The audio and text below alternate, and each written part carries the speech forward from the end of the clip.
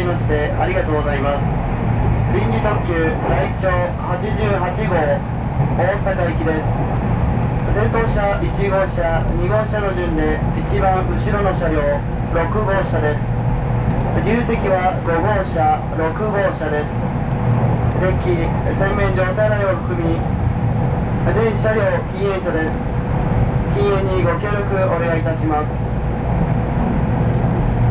車内ワゴン販売サービスは終点の大阪まで営業いたしております。皆様のお座席まで販売に参ります。どうぞご利用ください。携帯電話のご使用についてお願いいたします。お座席での携帯電話の通話は周りのお客様のご迷惑となりますので、デッキの方でお願いいたします。また地震の際などあらかじめマナーモードなどに切り替えていただきますよう音の鳴らないようにお願いいたします。止まります駅到着時刻のご案内をいたします。次は小松です。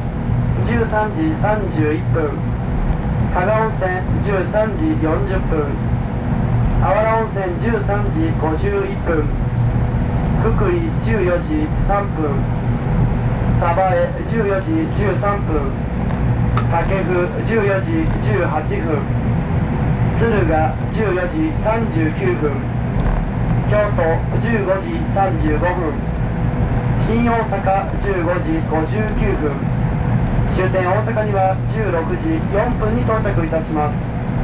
車掌は JR 西日本の大久保です。終点の大阪までご案内いたします。ご用がございましたらどうぞお気軽にお申し付けください。